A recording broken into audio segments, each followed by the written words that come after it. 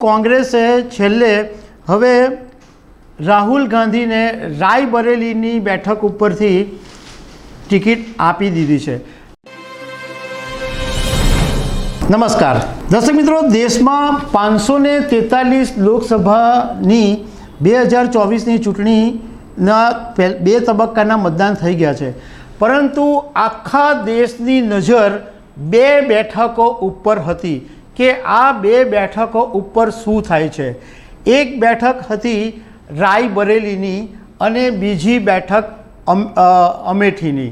આ બંને બેઠક ઉત્તર પ્રદેશની અંદર આવે છે અને રાયબરેલીની બેઠક એટલા માટે સૌથી વધારે ચર્ચામાં રહે છે કે આ સોનિયા ગાંધી એટલે કે ગાંધી પરિવારની આ એકદમ મજબૂત બેઠક છે અને રાયબરેલીના લોકો સોનિયા ગાંધીને રાયબરેલીના વહુ માને છે અને કોંગ્રેસને બહુ સન્માન આપે છે। એટલે રાયબરેલીની બેઠક ઉપર કોંગ્રેસ કોને ટિકિટ આપે છે એની સૌથી વધારે ચર્ચા ચાલતી હતી। બીજું અમેઠીની બેઠક કે અમેઠીની બેઠક ઉપર રાહુલ ગાંધી લડતા હતા। 2019ની અંદર સ્મૃતિ ઈરાની ભાજપના ઉમેદવાર એમને હરાવી દીધેલા અને આ વખતે સ્મૃતિ ઈરાની ઘણી વખત એવું કહી ચૂક્યા છે કે મારી સામે કોણ મેદાનમાં આવે છે, રાહુલ ગાંધી આવે છે કે નથી આવતા, કે એવી બધી ચર્ચાઓ ચાલ્યા જ કરતી હતી। તો અમેઠીની બેઠક ઉપર પણ કોંગ્રેસે ઉમેદવારની જાહેરાત કરી દીધી છે। રાયબરેલીની બેઠક ઉપર કોને ટિકિટ આપી, અમેઠીની બેઠક ઉપર કોંગ્રેસે કોને ટિકિટ આપી, એના વિશે હું તમારી સાથે વાત કરીશ। મારું નામ રાજેશ શાહ છે અને તમે જોઈ રહ્યા છો ખબરછે.com।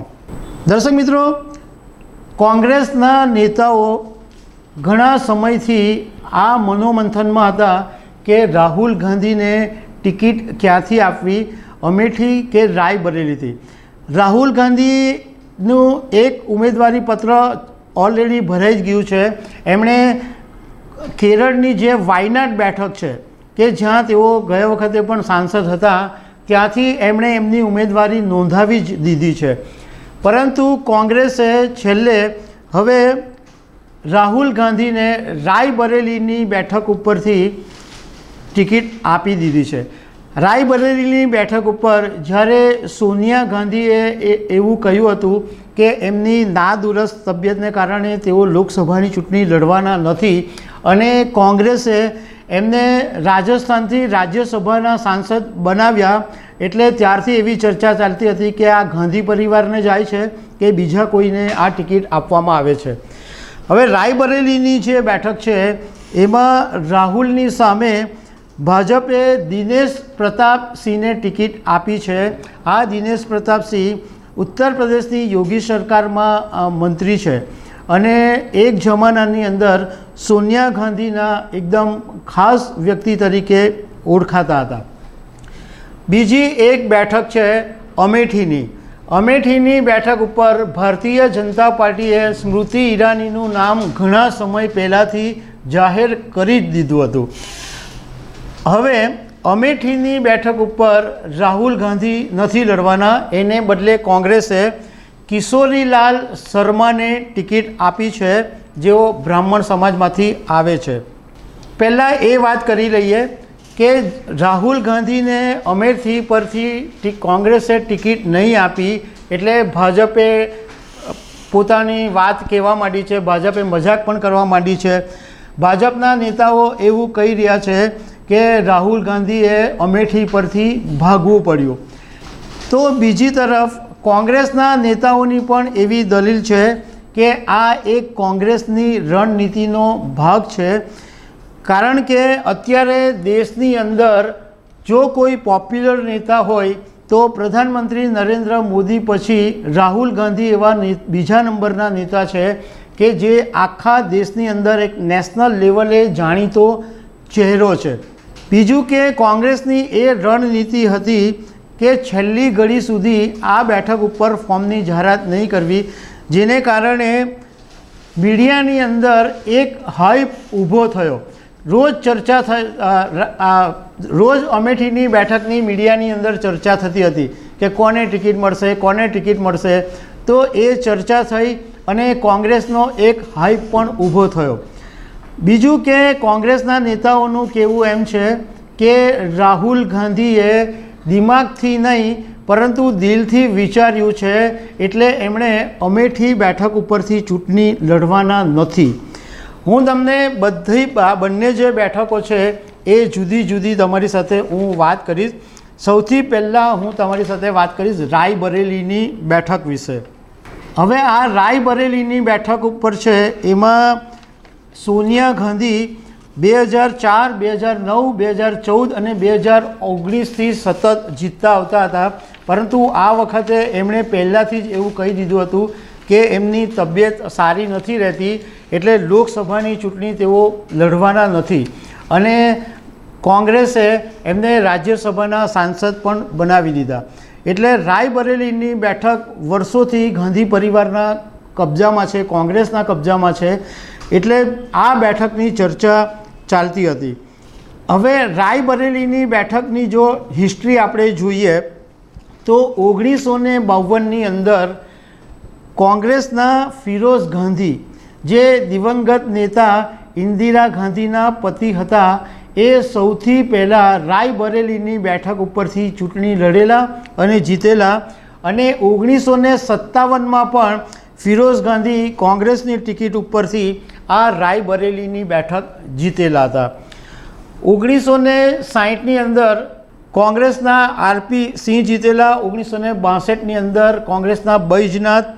1967, 1971, 1977 અને 1980 આ 4 લોકસભાની અંદર દિવંગત નેતા ઇન્દિરા ગાંધી રાયબરેલીથી ચૂંટણી લડેલા હતા. એ પછી 1984ની અંદર અરુણ નહેરુ જીતેલા, જે કોંગ્રેસના હતા. 1989 અને 1991 આ 2 વખત શીલા કૌલ રાયબરેલીથી ચૂંટણી જીતેલા, એ પણ કોંગ્રેસના નેતા હતા. 1996ની અંદર કોંગ્રેસના વિક્રમ કૌલ રાયબરેલીથી જીતેલા અને 1999ની અંદર સતીશ શર્મા રાયબરેલીની બેઠક ઉપરથી જીતા હતા. એ પછીનો જે હિસ્ટ્રી છે ત્યારથી સોનિયા ગાંધી સતત 4 લોકસભા જીતતા આવ્યા હતા.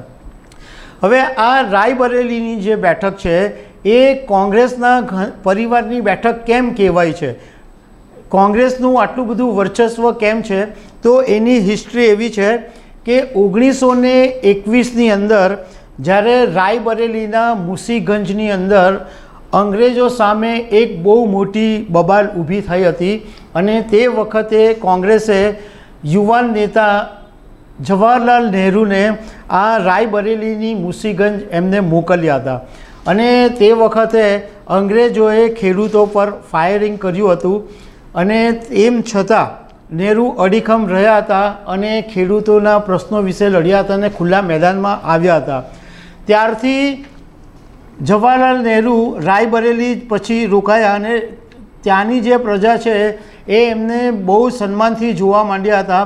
એટલે એમ કહેવાય છે કે 1921થી રાયબરેલી ઉપર કોંગ્રેસનું વર્ચસ્વ છે. હવે એ વાત કરીએ અમેઠીની. તો અમેઠીની જે બેઠક છે એમાં સ્મૃતિ ઈરાનીની સામે કિશોરીલાલ શર્માને મેદાનમાં ઉતારવામાં આવ્યા છે. કિશોરીલાલ શર્મા જે છે એ ગાંધી પરિવારના એકદમ નજીકના વ્યક્તિ કહેવાય છે અને રાજીવ ગાંધી સાથે એમણે ઘણા સમય કામ કરેલું છે. હવે અમેઠી છે એની અંદર જે વોટિંગ પેટર્ન છે એમાં દલિત લગભગ 26% વોટિંગ છે, મુસ્લિમ 20% જેટલું છે, બ્રાહ્મણ 18% છે, ઓબીસી 34% છે, રાજપૂત 12% જેટલું ત્યાં આગળ વોટિંગ છે.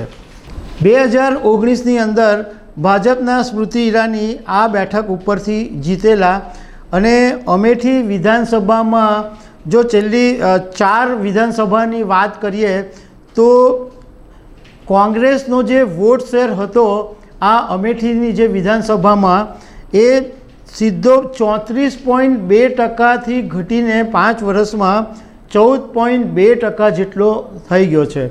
હવે રાજકારણના જાણકારોનું કહેવું એમ છે કે રાહુલ ગાંધીએ અમેઠીની બેઠક ઉપર થી ઉમેદવારી નહીં નોંધાવીને બહુ સારું કામ કર્યું છે. એનું કારણ એવું છે કે અમેઠીથી રાહુલ ગાંધી ચૂંટણી લડતા હતા, પરંતુ એમણે અમેઠીની મુલાકાત બહુ ઓછી વાર લીધી છે. માત્ર 2 વખત અમેઠીની મુલાકાત લીધી છે. એની સામે ભાજપના સ્મૃતિ ઈરાનીએ અમેઠીને પોતાનો ઘર બનાવી દીધો હતો. એમણે ત્યાં પોતાનું ઘર જ બનાવી દીધું અને વારંવાર અમેઠીની મુલાકાત સ્મૃતિ ઈરાની લેતા રહ્યા. એમણે લોકોના પ્રશ્નોને વાચા આપી. એવું પણ કહેવામાં આવે છે કે સ્મૃતિ ઈરાની અમેઠીની સમસ્યા માટે, અમેઠીના કામ માટે ઉત્તર પ્રદેશની યોગી સરકાર સાથે પણ ઘણીવાર લડાઈ કરતા આવ્યા છે. એમણે અમેઠીના લોકોને બહુ બધી પ્રાયોરિટી આપી. એની સામે રાહુલ ગાંધી અમેઠીને ભૂલી ગયા. ત્રીજું કે અમેઠીની અંદર એક જમાનામાં જે ગાંધી પરિવારના, ખાસ કરીને સોનિયા ગાંધીના જે વિશ્વાસુ નેતાઓ હતા, એ એક પછી એક કોંગ્રેસનો સાથ છોડીને ભાજપમાં ચાલ્યા ગયા. એટલે અમેઠીની અંદર એક કોંગ્રેસનો જે પ્રભાવ, એક દબદબો હતો, એ ધીમે ધીમે ઓસરી ગયો.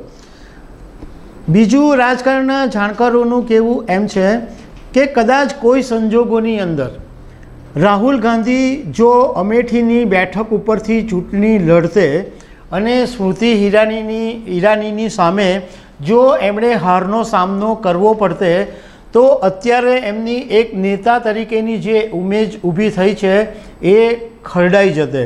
એમને એક મોટું નુકસાન થતે.